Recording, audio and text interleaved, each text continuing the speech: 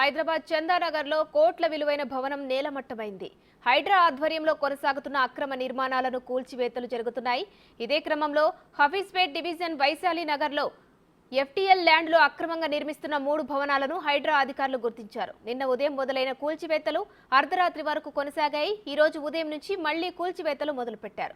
3 భవనాల్లో ఒకటి పూర్తిగా కూల్చేశారు.